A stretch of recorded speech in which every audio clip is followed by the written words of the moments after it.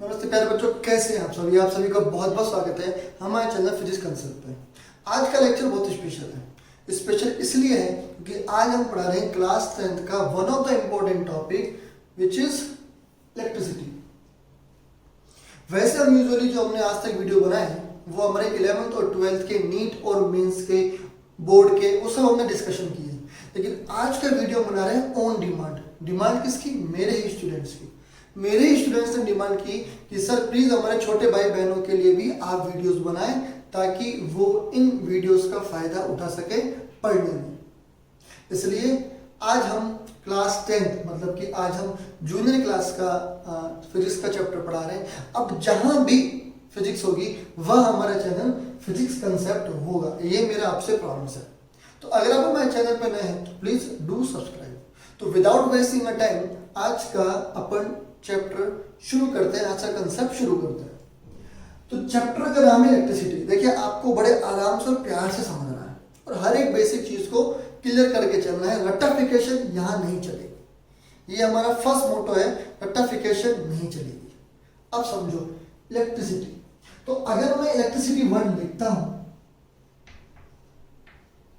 Electricity, तो मुझे ये समझ में आता है कि इलेक्ट्रिसिटी मतलब कहीं ना कहीं आप मुझसे इलेक्ट्रॉन की बात करने वाले, कहीं ना कहीं इलेक्ट्रॉन का डिस्कशन होगा। तो इसका मतलब ये है कि अगर कहीं पर फ्लो ऑफ इलेक्ट्रॉन्स पॉसिबल है, अगर कहीं पर फ्लो ऑफ इलेक्ट्रॉन्स पॉसिबल है तो वहां पर इलेक्ट्रिसिटी भी फ्लो होगी, इलेक्ट्रिसिटी भी मिलेगी। तो बात ये है कि इलेक्ट्रॉन्स ही क्यों, कोई और चार्ज क्यों नहीं? जैसे कि मैं बात कर सकता हूं प्रोटॉन की या न्यूट्रॉन की, तो न्यूट्रॉन क्यों नहीं? चलो न्यूट्रॉन के लिए दिमाग में क्लियर होता है कि न्यूट्रॉन के ऊपर तो चार्ज ही नहीं है सर, तो प्रोटॉन की। तो अब इसको थोड़ा डिस्कस करते हैं कि why we need the flow of the electrons. आइए, अगर मान लीजिए मैं इलेक्ट्रॉन्स की बात करता हूं, तो इलेक्ट्रॉन्स बड़े आराम से फ्लो होते हैं किसमें? कंडक्टर में।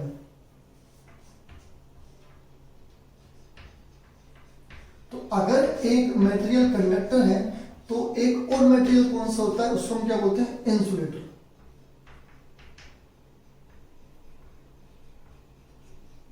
अब समझो, इस कंडक्टर में इलेक्ट्रॉन की संख्या बहुत है, लेकिन हमको मिलनी चाहिए क्या? Free electron. इस वर्ड को याद रखना, फ्री इलेक्ट्रॉन। वैलेंस बैंड में, वैलेंस बैंड क्या होता है? आउटर मोस्ट जो बैंड होता है उसको हम वैलेंस बैंड बोलते हैं। तो वैलेंस बैंड में भी इलेक्ट्रॉन जो होता है वो बाउंड होता है। अभी हम डायग्राम से डिस्कस करेंगे इसको, लेकिन मुझे बाउंड नहीं, मुझे चाहिए फ्री इलेक्ट्रॉन, वो कंप्लीटली फ्री हो। ठीक है, किससे? जहां से वो जुड़ा हुआ है, जहां से वो कनेक्टेड है। कहां से? प्रोटॉन से, न्यूक्लियस से। अभी डिस्कस करते हैं। और इंसुलेटर में फ्री इलेक्ट्रॉन्स नहीं मिलते। अगर कोई क्लासिफाई करके कंडक्टर कौन से होते हैं तो आपका कॉपर, आयरन, सिल्वर, गोल्ड, ये सभी क्या है? The all are the conductor. लेकिन इंसुलेटर क्या है? इंसुलेटर वो है जिनमें करंट फ्लो हो ही नहीं सकता, जैसे वुड, जैसे प्लास्टिक, जैसे बैकलाइट, जिसके हमारे स्विचेस बने होते हैं। तो इंसुलेटर में फ्री इलेक्ट्रॉन्स नहीं होते हैं और कंडक्टर में फ्री इलेक्ट्रॉन्स होते हैं। तो फ्री इलेक्ट्रॉन्स कैसे मिलते हैं? क्योंकि जब तक मुझे इलेक्ट्रॉन्स नहीं मिलेंगे मैं इस इलेक्ट्रिसिटी को डिस्कस नहीं कर सकता। तो अब हम आते हैं इसकी इंटरनल स्ट्रक्चर पे, इसकी एटम के इंटरनल स्ट्रक्चर पे, कि इलेक्ट्रॉन्स होते क्या हैं, कहां होते हैं और इनको फ्री कराना क्यों जरूरी है। तो सबसे पहले तो ये हमने बनाया न्यूक्लियस, और इसके बाद बनाना शुरू करता हूं ऑर्बिट। Orbit, orbit, orbit. यहां पर क्या मिलता है? यहां पर मुझे मिलते हैं प्रोटॉन और न्यूट्रॉन। और इलेक्ट्रॉन्स कहां मिलते हैं मुझे? इलेक्ट्रॉन्स मिलते हैं मुझे यहां पर। अब नंबर ऑफ इलेक्ट्रॉन्स, पहली बात तो यहां होने चाहिए। जितना ज्यादा ये ऑर्बिट दूर होगा उतना ही मुझे आसान होगा इलेक्ट्रॉन्स को यहां से फ्री करना, क्योंकि हम बात करें फ्री इलेक्ट्रॉन की। अभी ये इलेक्ट्रॉन इससे बाउंड है, किससे? इस न्यूक्लियस से। इसमें क्या है? प्रोटॉन। प्रोटॉन पे क्या होता है? Positive charge. इलेक्ट्रॉन पे कौन सा चार्ज होता है? Negative charge. पॉजिटिव नेगेटिव उसको क्या करते हैं, पकड़ के रखते हैं। तो इसका मतलब ये कि अभी ये वाला इलेक्ट्रॉन क्या है, बाउंड है, और बाउंड होने की वजह से we just require the external energy. अब इस वर्ड को याद रखना, we require the external energy to remove that electron, मतलब कि मेरे को इसको फ्री करना है। तो जब ये इलेक्ट्रॉन को एनर्जी मिलेगी तो ये इलेक्ट्रॉन क्या हो जाएगा, यहां से अपनी पोजीशन छोड़ के फ्री हो जाएगा। फ्री होके कहां जाएगा, फ्री होके ये वही एटम की लैटिस में रहेगा, लेकिन ये फ्री है। अब इस पेरेंटल एटम का, इस पेरेंटल न्यूक्लियस का, इसके ऊपर कोई भी बाउंडेशन नहीं है। तो जब एटम के, जब हम कंडक्टर के अंदर जाते हैं, जब हम कंडक्टर के अंदर जाते हैं तो मुझे ऐसे बहुत सारे 10⁶ के लगभग इलेक्ट्रॉन्स क्या मिलते हैं, फ्री मिलते हैं। अब हम इसको थोड़ा सा और डीप समझने की कोशिश करते हैं कि अगर मेरे को इलेक्ट्रॉन मिल गए तो अब मैं इनको यूज में कैसे लूं, इलेक्ट्रिसिटी फ्लो कैसे होगी, करंट फ्लो कैसे होगा, ठीक है। तो इलेक्ट्रॉन फ्री कैसे हुआ, मैंने बोला मेरे को एनर्जी चाहिए। अब बात को समझना, मान लो मेरे पास ये कॉपर वायर है, ठीक है, कॉपर वायर जिनकी हमारे घर में फिटिंग हो रही है, जिनकी वजह से हमारे घर में इलेक्ट्रिसिटी मूव कर रही है, करंट फ्लो हो रहा है हमारे घर में, ठीक है। जैसे आप स्विच ऑन करते हैं तो फैन ऑन हो जाता है, स्विच ऑन करते हैं बल्ब ब्लो कर जाता है, तो वो सब क्यों है, तो वो इस सब कॉपर वायर की वजह से। तो कॉपर वायर के अंदर क्या है, तो कॉपर वायर के अंदर एब्यूडेंट इलेक्ट्रॉन्स है, these all are the electrons, ठीक है। तो पहली बात तो ये है कि जब हम हमारे घर में फिटिंग कराते हैं, मतलब कि हम कॉपर वायर यूज में ले रहे हैं, तो क्या कोई इलेक्ट्रिशियन आता है, वो यूं कहता है कि भाई पहले कॉपर वायर लाओ, पहले मैं इसमें एनर्जी दूंगा, इलेक्ट्रॉन फ्री कराऊंगा और फिर मैं फिटिंग करूंगा, ऐसा कभी होता है क्या, नहीं होता। तो इसका मतलब ये कि कॉपर वायर के अंदर ऑलरेडी क्या है, फ्री इलेक्ट्रॉन्स अवेलेबल है, क्योंकि वो तो जस्ट हमने वायर लिया और वायर यूज में लिया, और वायर यूज में लेते ही करंट फ्लो होने लगता है, अगर वायर ब्रेक नहीं है तो इसका मतलब ये कि फ्री इलेक्ट्रॉन तो उसमें ऑलरेडी है। अब दूसरी तरीके से सोचो, अगर मान लो आपके घर में कोई वायर रखा है जिसको अभी आपने कहीं कनेक्ट नहीं किया, तो क्या इस वायर में करंट फ्लो होता है जब मैं इसको किसी बैटरी में या प्लग में आप इंसर्ट नहीं कर रहे हैं, तो क्या इसमें करंट फ्लो होता है, तो आपका जवाब है नहीं। लेकिन एक बात सोचो, जब इसके अंदर इलेक्ट्रॉन्स हैं तो ये इलेक्ट्रॉन्स मोशन भी तो कर रहे होंगे, और अगर इलेक्ट्रॉन मोशन कर रहे होंगे तो फिर करंट फ्लो क्यों नहीं होता, क्योंकि जनरली बात तो ये होती है कि इलेक्ट्रॉन का फ्लो ही क्या कहलाता है, इलेक्ट्रॉन्स का फ्लो ही तो करंट है, इलेक्ट्रॉन्स का फ्लो ही तो करंट है। तो फिर जब आपने एक वायर को रखा हुआ है, इट्स अ कॉपर वायर, तो इसमें करंट फ्लो नहीं होता, ऐसा तो नहीं होना कोई कॉपर वायर रखा है आपने उसको टच कर आपको शॉक लगा, ऐसा तो कभी नहीं हुआ ना, लेकिन इसमें इलेक्ट्रॉन्स तो अंदर मूव कर रहे होंगे। तो अब कंसेप्ट पकड़ो, कंसेप्ट ये है कि किसी भी कंडक्टिंग वायर में, कंडक्टिंग मतलब जो जो मैंने मेटेरियल्स का नाम लिया, सिल्वर का हो सकता है, कॉपर का हो सकता है, आयरन हो सकता है, ठीक है, गोल्ड हो सकता है, इन सब के अंदर इलेक्ट्रॉन्स तो होते हैं, लेकिन these all are in a random motion, इनका कोई भी फिक्स डायरेक्शन नहीं है कि कौन सी डायरेक्शन में मूव करेंगे, तो these all are moving in a random direction. अगर एक इलेक्ट्रॉन यहां मूव कर रहा है तो कोई ना कोई इलेक्ट्रॉन इसके अपोजिट, अगर मान लो एक इलेक्ट्रॉन यहां मूव कर रहा है तो कोई ना कोई इलेक्ट्रॉन इसके अपोजिट भी मूव कर रहा होगा। तो अगर मान लो इसने कोई करंट बनाया भी होगा मोशन से, तो इस और इस करंट की डायरेक्शन क्या होगी, जस्ट अपोजिट, और ये एक दूसरे को कैंसिल कर देंगे। तो मेन बात क्या पकड़े भाई कि ये इलेक्ट्रॉन फ्री कैसे हुए, ये इलेक्ट्रॉन फ्री कैसे हुए, तो आपका जो आंसर है वो है रूम टेम्परेचर। कोई भी कंडक्टर रूम टेम्परेचर, इतनी एनर्जी होती है, room temperature, temperature, heat, these all are the form of the energy, जिसकी मैंने अभी बात की थी कि आपको इलेक्ट्रॉन्स को फ्री कराने के लिए एनर्जी गिवन करनी पड़ेगी। तो रूम टेम्परेचर अपने आप में एक एनर्जी है इन टर्म्स ऑफ हीट, यहां से इलेक्ट्रॉन ऑटोमेटिकली फ्री हो जाएगा। इसलिए तो जब कॉपर वायर को आप यूज में लेते हो तो आप जो नहीं कहते कि नहीं पहले इसमें से इलेक्ट्रॉन फ्री करो, आपको पहले ही ऑलरेडी फ्री इलेक्ट्रॉन्स मिलते हैं।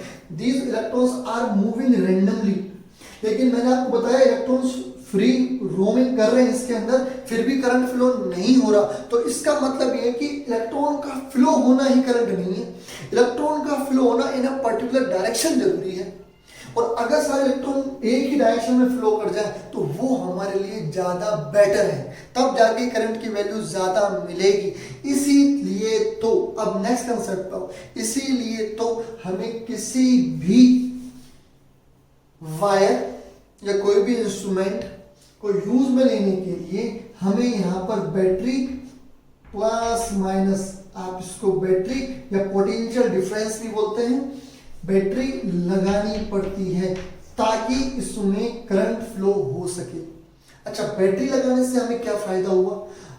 इतना है कि बैटरी लगाने के बाद आपके जितने भी इलेक्ट्रॉन्स हैं उन सब की फ्लोइंग डायरेक्शन पर्टिकुलर एक ही हो जाएगी। एक भी इलेक्ट्रॉन ऐसा नहीं हो सकता जो इस बैटरी के हिसाब से ना चले, इसलिए आपको एक्सटर्नल बैटरी की जरूरत होती है किसी भी सर्किट में। आगे बात समझ में? तो अब यहां पे अगर मैं देखूं तो दीज ऑल आर इलेक्ट्रॉन्स, तो आपको पहली बात तो ये पता होना चाहिए कि इलेक्ट्रॉन के ऊपर चार्ज कितना होता है। आप ये बात ध्यान रखेंगे कि इलेक्ट्रॉन और प्रोटॉन इन दोनों के ऊपर जो चार्ज होता है वो होता है 1.6 10 की पावर माइनस 19 कूलम। 1.6 10 की पावर माइनस 19 कूलम, ये मैग्नीट्यूड की टर्म में चार्ज है। इलेक्ट्रॉन की पोलैरिटी नेगेटिव होती है, प्रोटॉन की पोलैरिटी पॉजिटिव होती है, लेकिन दोनों पर चार्ज इक्वल होता है, दोनों का मास अलग अलग होता है। तो दोनों के चार्ज की जो वैल्यू है, मैग्नीट्यूड है, वो होता है 1.6 10 की पावर माइनस 19 कूलम। अगर आपको 1 कूलम चार्ज बनाना है, if you want to make 1 coulomb charge, तो आपको एटलीस्ट इतने इलेक्ट्रॉन्स लगेंगे, 6.25 into 10 to power 18 इलेक्ट्रॉन। अगर आपको 1 कूलम चार्ज बनाना है, 1 कूलम चार्ज, तो आपको 6.25 into 10 to power 18 इलेक्ट्रॉन्स की संख्या चाहिए। ठीक है, तो इसमें तो मेन बात वो आपको याद रखनी है कि इलेक्ट्रॉन और प्रोटॉन के ऊपर जो चार्ज होता है वो 1.6 10 to minus 19 कूलम होता है, और कूलम क्या है? चार्ज की यूनिट होती है। अब आते हैं हम इस पॉइंट पे। मैंने आपसे बोला कि इलेक्ट्रॉन के ऊपर पोलैरिटी क्या होती है? नेगेटिव। अब आप देखिए यहाँ पर है नेगेटिव, ये है नेगेटिव, तो ये नेगेटिव है, ये पॉजिटिव है, तो सारे इलेक्ट्रॉन का मोशन किस तरफ होने वाला है? ये नेगेटिव है, electron electron electron electron electron, ये इलेक्ट्रॉन और ये इलेक्ट्रॉन। देखिए सारे के सारे इलेक्ट्रॉन देखो मूव कैसे करने वाले हैं? पॉजिटिव की तरफ, क्योंकि इस पर है negative, this all are negative, और ये क्या है? पॉजिटिव, और ये नेगेटिव, इस नेगेटिव पे फोर्स लगाएगा, they will all move in this direction. तो जब रैंडम मोशन हो रहा था तो करंट फ्लो नहीं हुआ, लेकिन अब यहाँ पर करंट फ्लो हो सकता है बड़े आसानी से, क्योंकि सभी इलेक्ट्रॉन्स का मोशन एक ही डायरेक्शन में है, जिसकी वजह से किसी भी सर्किट में करंट फ्लो हो सकता है। ठीक है, यहाँ तक बात आपको क्लियर हुई?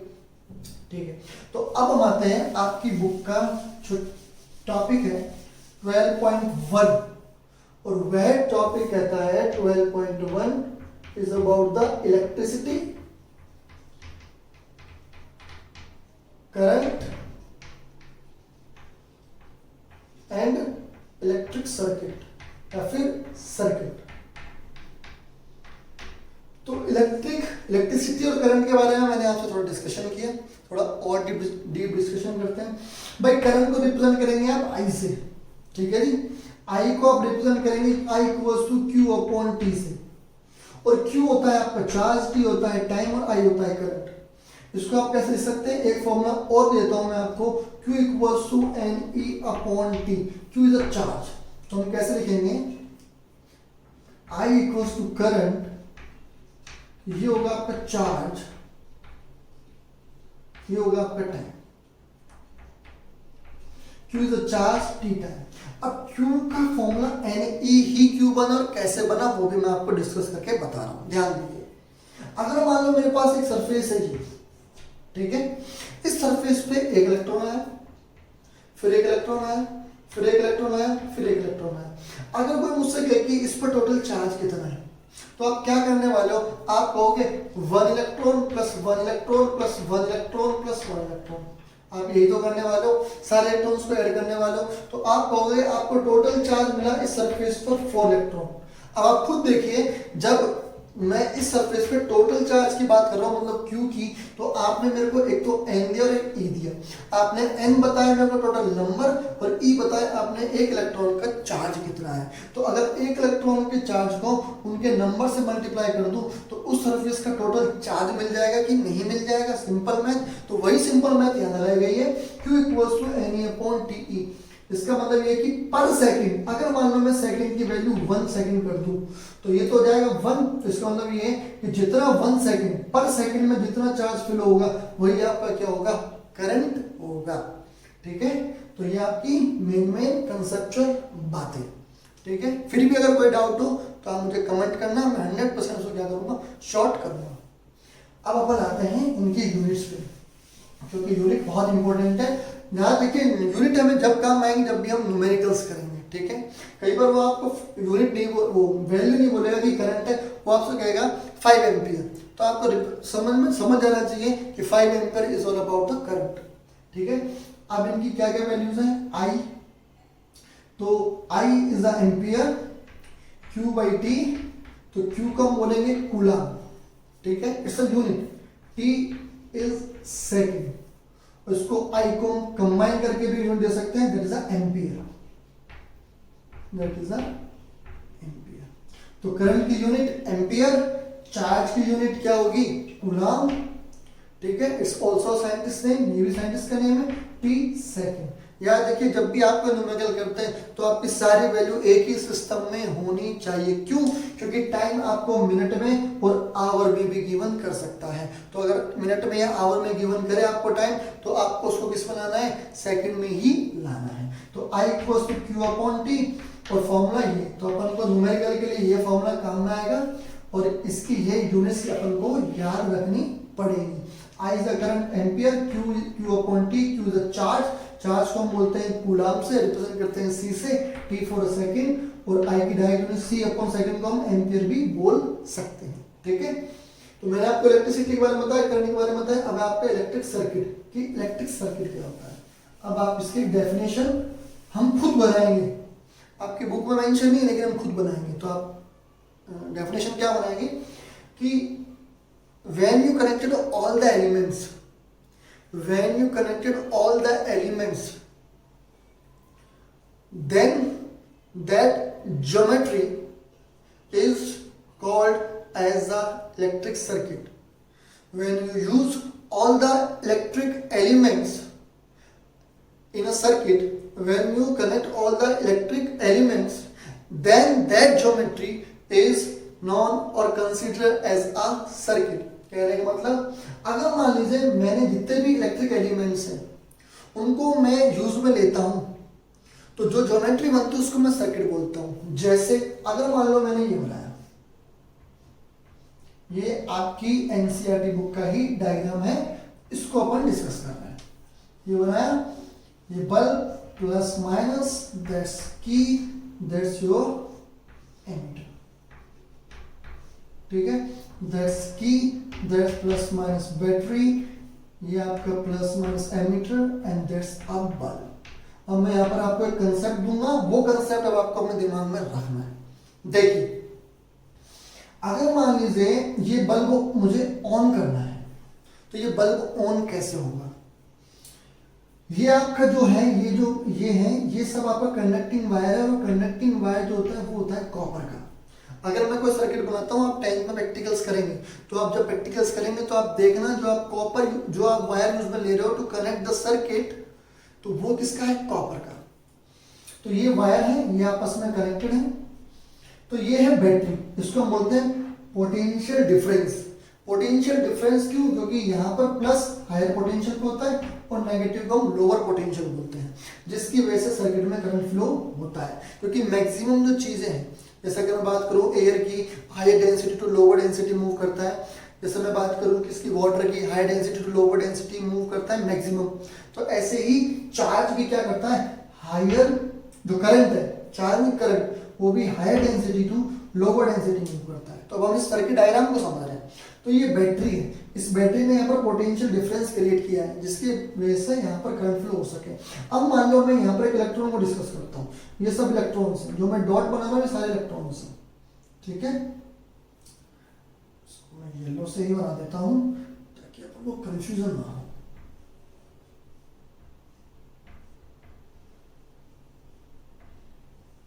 ठीक है, तो अब हमारे पास ये इलेक्ट्रॉन से ये इलेक्ट्रॉन से ये इलेक्ट्रॉन से ये इलेक्ट्रॉन से ये देखिए ये नेगेटिव ये नेगेटिव, ये नेगेटिव नेगेटिव पर फोर्स लगाएगा, रिपेल करेगा, तो ये इलेक्ट्रॉन यहां से फ्लो होगा की आया की क्या होता है, की इज अ स्विच जो हम ऑन और ऑफ के लिए हमारे घर में यूज में लेते हैं, वही की यहाँ पर है। ठीक है, ठीक है, तो यहाँ पर की डॉट लगा हुआ है, इसका मतलब ये है if you are representing the dot it's mean it's a on condition, इसका मतलब कि ये करंट फ्लो होगा। अगर मैं यहाँ से डॉट हटा देता हूँ इसका मतलब इट्स अ ऑफ कंडीशन, तो अभी अपन ने इसको ऑन कंडीशन में रखा है इसलिए करंट फ्लो होगा। तो ये इलेक्ट्रॉन कैसे मूव करने वाला है, ऐसे। अब देखिए इस इलेक्ट्रॉन, देखिए ये इलेक्ट्रॉन इसके अंदर से ऐसे जाने वाला है इसके फिलामेंट में से, तो जैसे इसके फिलामेंट में से इलेक्ट्रॉन गया तो ये क्या हो जाएगा, ऑन हो जाएगा। ये इलेक्ट्रॉन ये इलेक्ट्रॉन ये इलेक्ट्रॉन और ये इलेक्ट्रॉन इस पॉजिटिव में आके यहाँ पर मिल जाएगा। अभी याद रखना कि जो फ्लो ऑफ इलेक्ट्रॉन है उसकी डायरेक्शन देखो कहाँ पर है, फ्लो ऑफ इलेक्ट्रॉन यहाँ से निकल के ऐसे गए, ये आपका फ्लो ऑफ इलेक्ट्रॉन है। अब सबसे इंपॉर्टेंट बात, कन्वेंशनली नोटेशन के लिए याद है ना, करंट हमेशा इलेक्ट्रॉन के फ्लो के अपोजिट फ्लो होता है। करंट हमेशा इलेक्ट्रॉन्स के फ्लो के अपोजिट फ्लो होता है। तो इसका मतलब है डायरेक्शन ऑफ द करंट कहां से होगी, प्लस से निकल के माइनस में जाएगी। It just a convention, it just a notation. हमेशा याद रखना जब भी करंट की बात होगी तो वह प्लस हायर पोटेंशियल से और लोअर पोटेंशियल की तरफ मूव करेगी। इसके जो डायरेक्शन है वो इलेक्ट्रॉन के फ्लो के अपोजिट होगी। इलेक्ट्रॉन हमने अभी आपको बताया इलेक्ट्रॉन यूं मूव कर रहा है और करंट यूं मूव कर रहा है, तो इसका मतलब एक कंसेप्ट बन गया, electron always flow opposite to the current always flow opposite to the electron flow. ठीक है, तो ये कंसेप्ट याद रखना। एमीटर क्या होता है, एमीटर वह डिवाइस है जो किसको मेजर करता है, करंट को मेजर करता है, और ये हमेशा सीरीज में ही कनेक्ट होता है। अब सीरीज और पैरेलल इस चैप्टर में आगे आएंगे तब डिस्कस करेंगे, लेकिन अभी नॉलेज के लिए रख लीजिए कि एमीटर क्या है। एमीटर करंट को मेजर करता है कि सर्किट में कितना करंट फ्लो हो रहा है, 5 ampere, 2 ampere, 3 ampere, 4 ampere, milliampere, microampere. ठीक है, अगर कहीं पर मिली एम्पियर लिखा मिल जाए तो समझना 10⁻³ एम्पियर। अगर कहीं आपको माइक्रो एम्पियर लिखा मिल जाए, माइक्रो एम्पियर, तो 10⁻6 एम्पियर। माइक्रो एम्पियर का मतलब होगा 10⁻6 एम्पियर, मिली का मतलब होगा 10⁻³ एम्पियर। ठीक है, तो ये क्यों बता रहा हूं, क्योंकि हमारे न्यूमेरिकल्स में काम आएंगे। तो एमीटर किसको रिप्रेजेंट करता है, करंट की वैल्यू को रिप्रेजेंट करता है, कितनी वैल्यू करंट फ्लो रही है। और ये क्या है, बल्ब का सिंबल, और जिसके जो अंदर रिप्रेजेंट करता है वो होता है फिलामेंट, जिसकी वजह से ये ग्लो करता है। ठीक है, तो ये सारी बात क्लियर, ये आपके बुक का ही टॉपिक और डायग्राम है। ठीक है, अब हम आते हैं 12.1 का एक न्यूमेरिकल है जो एग्जाम्पल है। ठीक है, 12.1 में एक एग्जाम्पल है न्यूमेरिकल, वो डिस्कस करते हैं। It's an example of your book NCERT. Question को कुछ ऐसा कह रहा है कि the value of current drawn from the bulb filament is 0.5 ampere. The value of current drawn by the filament of the bulb is 0.5 ampere during the time period of 10 minutes. 10 minutes, seconds नहीं, 10 minutes. Then how much charge flow in this circuit? कहने मतलब है कि अगर किसी circuit के bulb से, filament से 0.5 एम्पीयर करंट फ्लो होता है 10 मिनट के लिए, तो उसमें टोटल चार्ज कितना फ्लो हो रहा है, ये आपका क्वेश्चन है। तो मैंने आपसे क्या कहा था, मैंने आपसे कहा था कि आपको फॉर्मूला दिमाग में रखना है, I = Q/T। ठीक है, आपसे Q पूछ रहा है तो Q क्या लगाना है, IT। I = Q/T, Q = IT। अब आई की वैल्यू तो कितनी की मैंने 0.5, लेकिन टी कितना है 10 मिनट। इसका मतलब मैंने अभी क्या कहा था, मैंने आपसे कहा था कि अगर मिनट हो आवर हो तो उसको सेकंड में चेंज करो। तो हमें क्या पता है, हमें ये पता है कि 1 मिनट में कितने सेकंड होते हैं, 60 सेकंड होता है। 1 मिनट में 60 सेकंड्स होते हैं, तो मुझे बताइए कि 10 मिनट में कितने सेकंड्स होंगे। तो 10 मिनट में कितना हो जाएंगे, 10 × 60, इसका मतलब 600 सेकंड्स। कितना सेकंड हो जाएंगे 10 में 600 सेकंड। अब अपने पास टाइम की वैल्यू भी सेकंड्स में आ चुकी है। आई अपने पास वैल्यू है, just put Q equals to 0.5 × 600, 0.5 × 600, तो 0.5 से यहाँ पर by 10, 10 to 10 कट, 60 × 5 कितना मिलेगा, 60 × 5 मिलेगा आपको 300 चार्ज यूनिट क्या बताइए, कूलम। तो आपका आंसर क्या मिल गया, 300 coulomb charge will flow through the filament of the bulb in a 10 minute or 300 or 600 second. 600 second या फिर 10 मिनट में उस बल्ब फिलामेंट से आपके 300 कूलम चार्ज फ्लो होगा। ठीक है जी। तो अब आपका जो नेक्स्ट टॉपिक आएगा 12.2, वो आएगा कंडक्शन इन वायर और पोटेंशियल। ठीक है, वो सब हम नेक्स्ट लेक्चर में डिस्कस करेंगे। और अगर आप हमारे चैनल पर नए हैं तो प्लीज डू सब्सक्राइब, लाइक करें, शेयर करें। कोई डाउट हो तो प्लीज डू कमेंट। ठीक है, बस डीप पढ़ाई करते रहें। आप सभी का बहुत बहुत धन्यवाद सपोर्ट करने के लिए। Thank you very much.